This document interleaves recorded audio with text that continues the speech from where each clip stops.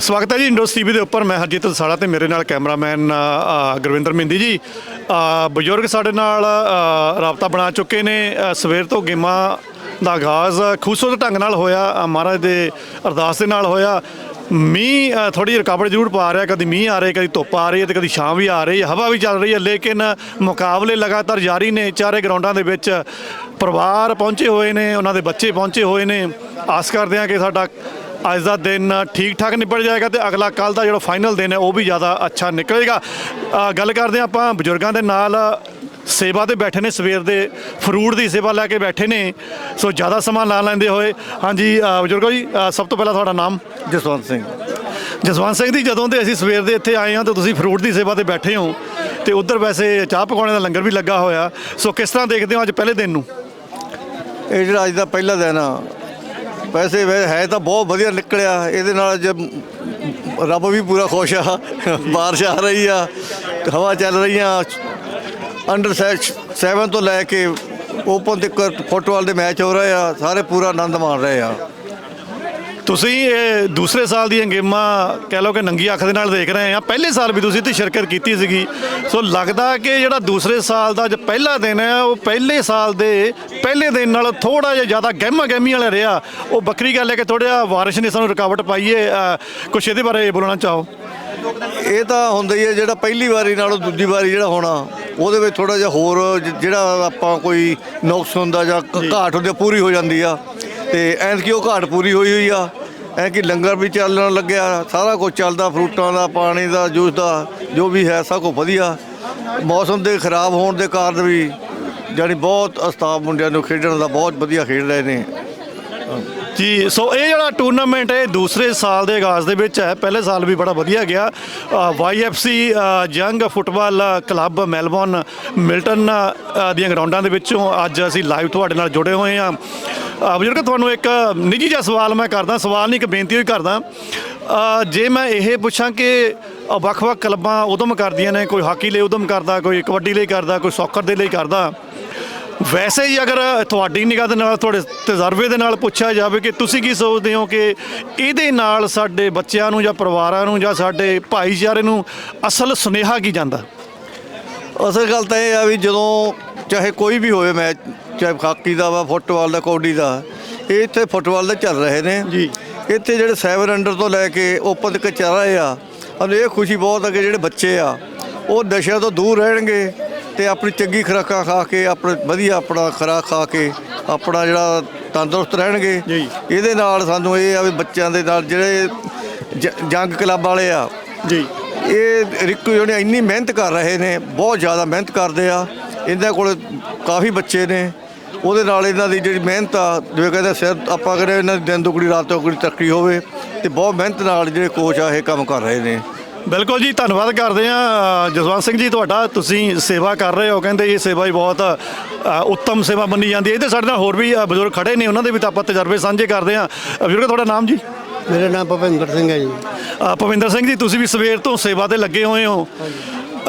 ਜੇ ਮੈਂ ਇਹ ਪੁੱਛਾਂ ਕਿ ਇਹਨਾਂ ਖੇਡਾਂ ਦਾ ਸਿਰਫ ਮਨੋਰਥ ਖੇਡਾਂ ਹੀ ਆ ਜਾਂ ਇਸ ਤੋਂ ਵੱਧ ਕੇ ਵੀ ਕੋਈ ਹੋਰ ਸੁਨੇਹਾ ਦੇਣਾ ਚਾਹੁੰਦੇ ਇਹਨਾਂ 2 ਦਿਨਾਂ ਦੇ ਵਿੱਚ? ਮੈਂ ਤਾਂ ਜੀ ਬਹੁਤ ਖੁਸ਼ ਹਾਂ। ਇਹ ਜਿਹੜੇ ਬੱਚਿਆਂ ਦਾ ਟੂਰਨਾਮੈਂਟ ਹੋ ਰਿਹਾ, ਇਹਦੇ ਵਿੱਚ ਬਹੁਤ ਹੀ ਵਧੀਆ ਵੀ ਪੰਜਾਬ ਦੇ ਵਿੱਚ ਵੀ ਇਹੀ ਕੁਛ ਹੁੰਦਾ, ਪਰ ਪੰਜਾਬ ਦੇ ਵਿੱਚ ਜਿਹੜਾ ਨਸ਼ਾ ਚੱਲ ਪਿਆ ਉਹ ਬਹੁਤ ਖਰਾਬ ਗੱਲ ਹੈ। ਪੰਜਾਬ ਨੂੰ ਤੁਸੀਂ ਬੜਾ ਰੀਝ ਨਾਲ ਦੇਖਿਆ ਹੋਵੇਗਾ, ਆਪਣੀ ਜਵਾਨੀ ਤੋਂ ਲੈ ਕੇ, ਆਪਣੇ ਬਚਪਨ ਤੋਂ ਲੈ ਕੇ। ਫਿਰ ਤੁਸੀਂ ਇੱਥੇ ਆਸਟ੍ਰੇਲੀਆ ਦੀ ਧਰਤੀ 'ਤੇ, ਇਸ ਵਕਤ ਤੁਸੀਂ ਮੈਲਬੌਰਨ ਦੀ ਧਰਤੀ ਦੇ ਉੱਪਰ ਹੋ। ਉੱਥੇ ਦੇ ਮੇਲੇ, ਉੱਥੇ ਦੇ ਖੇਡ ਮੇਲੇ ਜਾਂ ਉੱਥੇ ਦੇ ਵੈਸੇ ਜਿਹੜੇ ਆਮ ਆਪਾਂ ਰਵਾਇਤੀ ਮੇਲੇ ਦੇਖਦੇ ਹਾਂ ਪਿੰਡਾਂ ਸ਼ਹਿਰਾਂ ਦੇ ਵਿੱਚ, ਉਹਨਾਂ ਦੇ ਵਿੱਚ ਤੇ ਇੱਥੇ ਦੇ ਵਿੱਚ ਤੁਹਾਨੂੰ ਹੁਣ ਤੱਕ ਕੀ ਫਰਕ ਲੱਗਿਆ? ਸਾਨੂੰ ਜੀ ਬਹੁਤ ਹੀ ਇੱਥੇ ਦਾ ਅੱਛਾ ਲੱਗਿਆ, ਅਤੇ ਮੈਲਬੌਰਨ ਦਾ ਅਤੇ ਕਿਲ੍ਹਾ ਰੈਪਰ ਦੀਆਂ ਖੇਡਾਂ ਵੀ ਸਾਨੂੰ ਬਹੁਤ ਵਧੀਆ ਲੱਗੀਆਂ ਨੇ, ਜਿਹੜੀਆਂ ਇੰਡੀਆ ਦੇ ਵਿੱਚ ਮਸ਼ਹੂਰ ਖੇਡਾਂ ਸੀਗੀਆਂ ਪਹਿਲਾਂ, ਅਤੇ ਹੁਣ ਤਾਂ ਪਿੰਡ ਦੇ ਵਿੱਚ ਖੇਡਾਂ ਹੋਣੀਆਂ ਸ਼ੁਰੂ ਹੋ ਗਈਆਂ ਨੇ। ਅਤੇ ਅਸੀਂ ਇੱਥੇ ਦਾ ਅਤੇ ਇੰਡੀਆ ਦਾ ਕੁਛ ਫਰਕ ਹੈ, ਅਤੇ ਇੱਥੇ ਦੇ ਬੱਚੇ ਜਿਹੜੇ ਆ ਉਹ ਸਾਡੇ ਇੰਗਲਿਸ਼ ਜਾਣੂ ਨੇ ਜੀ, ਤਾਂ ਕਿ ਸਾਡਾ ਸੱਭਿਆਚਾਰ ਅੱਛਾ ਰਹੇ। ਧੰਨਵਾਦ ਕਰਦੇ ਆ ਜੀ। ਥੋੜੀ ਜਿਹੀ ਕੰਬਣੀ ਮੈਨੂੰ ਵੀ ਲੱਗੀ ਹੋਈ ਕਿਉਂਕਿ ਬਾਰਿਸ਼ ਵੀ ਹੋ ਰਹੀ ਹੈ ਤੇ ਠੰਡ ਵੀ ਜ਼ਿਆਦਾ ਹੈਗੀ ਆ। ਵੈਸੇ ਬ੍ਰਿਸਬਨ ਦੇ ਵਿੱਚ ਜਦੋਂ ਤੁਰੇ ਆ ਤਾਂ ਉੱਥੇ ਤਾਂ ਗਰਮੀ ਸੀਗੀ, ਲੇਕਿਨ ਇੱਥੇ ਥੋੜੀ ਸਰਦੀ ਦੇ ਨਾਲ ਟੱਕਰਾ ਪੈ ਰਿਹਾ। ਸ਼ੁਕਰੀਆ। ਮਿਲਦੇ ਆ ਜੀ ਆਪਣੇ ਅਗਲੇ ਪ੍ਰਾਹੁਣਿਆਂ ਦੇ ਨਾਲ, ਆਪਣੇ ਅਗਲੇ ਖਿਡਾਰੀਆਂ ਦੇ ਨਾਲ ਤੇ ਅਗਲੇ ਬਜ਼ੁਰਗਾਂ ਦੇ ਨਾਲ। ਬਣੇ ਰਹੋ ਜੀ ਇੰਡੋਸ ਟੀਵੀ ਦੇ ਨਾਲ।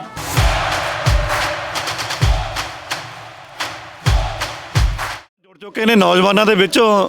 ਕਹਿੰਦੇ ਅਵਤਾਰ ਸਿੰਘ ਵੈਸੇ ਸੌਕਰ ਦੇ ਪ੍ਰੇਮੀ ਨਹੀਂ, ਪਰ ਉਦਾਂ ਕਹਿੰਦੇ ਬੋਡੀ ਬਿਲਡਿੰਗ ਕਰਦੇ ਨੇ। ਡੋਲੇ ਮੈਨੂੰ ਵੀ ਦਿਖਾ ਰਹੇ ਸੀਗੇ, ਪਰ ਮੈਂ ਫਿਰ ਜਦੋਂ ਕਾਨੂੰਨ ਨਾਲ ਜਿਹੜੇ ਮੇਰੇ ਥੋੜੇ ਡੋਲੇ ਛੋਟੇ ਹੋ ਗਏ ਉਹ ਦਿਖਾ ਲਏ ਤੇ ਫਿਰ ਉਹਨਾਂ ਨੂੰ ਤਸੱਲੀ ਜੀ ਹੋਈ ਆ। ਅਵਤਾਰ ਸਿੰਘ ਜੀ, ਤੁਸੀਂ ਪਹਿਲੇ ਦਿਨ ਇੱਥੇ ਗੇਮਾਂ ਦੇਖਣ ਆਏ ਹੋ, ਕਿਸ ਤਰ੍ਹਾਂ ਲੱਗ ਰਿਹਾ ਜੀ? ਹਾਂ ਜੀ, ਬਹੁਤ ਵਧੀਆ ਲੱਗ ਰਿਹਾ। ਮੈਂ ਜਿੱਥੋਂ ਨੇੜੇ ਹੀ ਰਹਿਣਾ ਵਾਂ ਜੀ ਤੇ ਮਾਹੌਲ ਚਾਲ ਬਹੁਤ ਸੋਹਣਾ ਹੈ, ਪਰ ਮੌਸਮ ਨੇ ਥੋੜ੍ਹਾ ਜਿਹਾ ਆਪਣਾ ਮਾਹੌਲ ਖਰਾਬ ਕਰ ਦਿੱਤਾ। ਬਾਕੀ ਬੜਾ ਉਤਸ਼ਾਹ ਮਿਲਦਾ ਜਦੋਂ ਵੇਖਦੇ ਆ ਵੀ ਕਬੱਡੀ ਖੇਡਦੇ ਨੇ, ਨਿਆਣੇ ਖੇਡਦੇ ਨੇ, ਬੜਾ ਉਤਸ਼ਾਹ ਮਿਲਦਾ ਇਹਨਾਂ ਨੂੰ ਵੇਖ ਕੇ। ਜੀ ਹਾਂਜੀ।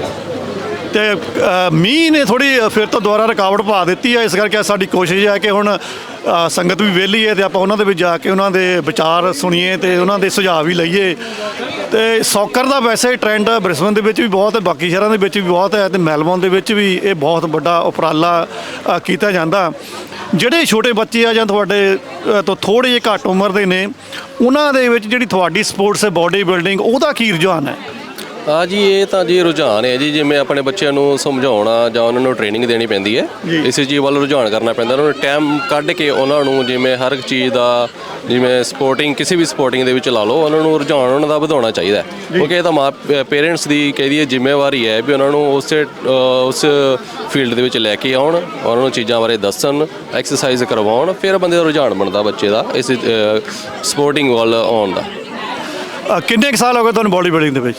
ਮੈਨੂੰ ਆਲਮੋਸਟ 5 ਈਅਰ ਹੋ ਗਏ ਨੇ। ਅਜੇ ਮੈਂ ਟ੍ਰੇਨਿੰਗ ਦੇ ਵਿੱਚ ਹੀ ਹਾਂ। ਅਜੇ ਮੈਂ ਹੋਪਫੁਲੀ ਜਲਦੀ ਹੀ ਮੈਂ ਕੰਪੀਟ ਕਰਾਂਗਾ। ਹਾਂਜੀ। ਤੁਹਾਨੂੰ ਲੱਗਦਾ ਕਿ ਜੇ ਆਪਾਂ ਸੌਕਰ ਨੂੰ ਫਿਲਹਾਲ ਛੱਡ ਦਈਏ ਕਿ ਬੋਡੀ ਬਿਲਡਿੰਗ ਦੇ ਵਿੱਚ ਤੁਸੀਂ 5 ਸਾਲ ਤੋਂ ਹੋ, ਤੁਹਾਡੇ 5 ਸਾਲ ਦੀ ਨਿਗਾਹ ਦੇ ਵਿੱਚ ਆਪਣੀ ਕਮਿਊਨਿਟੀ ਦੇ ਵਿੱਚੋਂ ਬੋਡੀ ਬਿਲਡਿੰਗ ਦੇ ਵਿੱਚ ਕੋਈ ਨੈਸ਼ਨਲ ਲੈਵਲ ਦੇ ਉੱਪਰ ਗਿਆ ਹੋਵੇ?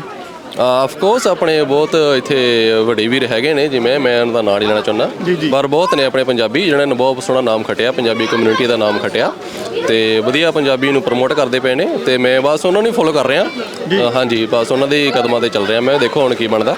ਸੂਣ ਹੀ ਮੈਂ ਆਪਣੇ ਕੰਪੀਟ ਕਰਾਂਗਾ ਤੇ ਹਾਂਜੀ, ਆਪਣੇ ਆ ਫੀਲ ਪ੍ਰਾਊਡ ਪੰਜਾਬੀ। ਪੰਜਾਬੀ ਵੈਸੇ ਹਰ ਇੱਕ ਫੀਲਡ ਦੇ ਵਿੱਚ ਆ ਰਹੇ ਨੇ, ਵਧੀਆ ਨੇ, ਸੌਕਰ ਦੇ ਵਿੱਚ ਆ ਰਹੇ ਨੇ, ਬਾਡੀ ਬਿਲਡਿੰਗ 'ਚ ਆ ਰਹੇ ਨੇ। ਹਾਂਜੀ, ਤੇ ਵਧੀਆ ਰੁਝਾਨ ਬਣ ਰਿਹਾ ਆਪਣੇ ਪੰਜਾਬੀਆਂ ਦਾ ਤੇ ਬੱਚਿਆਂ ਨੂੰ ਵੇਖ ਕੇ ਬੜਾ ਉਤਸ਼ਾਹ ਮਿਲਦਾ। ਬੱਚੇ ਖੇਡ ਰਹੇ ਨੇ, ਸੌਕਰ ਖੇਡ ਰਹੇ ਨੇ, ਕਬੱਡੀ ਖੇਡ ਰਹੇ ਨੇ, ਤਾਂ ਹਰ ਇੱਕ ਪੇਰੈਂਟਸ ਨੂੰ ਚਾਹੀਦਾ ਬੱਚੇ ਨੂੰ ਟਾਈਮ ਦੇਣਾ ਚਾਹੀਦਾ। ਉਹਨਾਂ ਫੀਲਡ ਉਹਨਾਂ ਦੀ ਓਪਰਚੁਨਿਟੀ ਬੱਚੇ ਨੂੰ ਮਿਲਦੀ ਹੈ। ਵਧੀਆ ਕੰਟਰੀ ਹੈ, ਵਧੀਆ ਇਹਨਾਂ ਕੰਟਰੀ ਦੇ ਵਿੱਚ ਬੱਚੇ ਨੂੰ ਓਪਰਚੁਨਿਟੀ ਮਿਲਦੀ ਹੈ। ਜਿਵੇਂ ਤੁਸੀਂ ਹਰ ਇੱਕ ਚੀਜ਼ ਬੱਚੇ ਨੂੰ ਹੁਣ ਤੋਂ ਸਿਖਾਓਗੇ ਤਾਂ ਬੱਚਾ ਅੱਗੇ ਜਾ ਕੇ ਵਧੂਗਾ ਜੀ। ਧੰਨਵਾਦ ਕਰਦੇ ਹਾਂ। ਇਹ ਸੰਸਦ ਅਵਤਾਰ ਸਿੰਘ ਜੀ। ਲੈ ਕੇ ਚੱਲਦੇ ਹਾਂ ਅਗਲੀ ਸੰਗਤ ਦੇ ਨਾਲ, ਦੇਖਦੇ ਹਾਂ ਜੀ ਕਿਹਨਾਂ ਨਾਲ ਗੱਲਬਾਤ ਹੁੰਦੀ ਹੈ।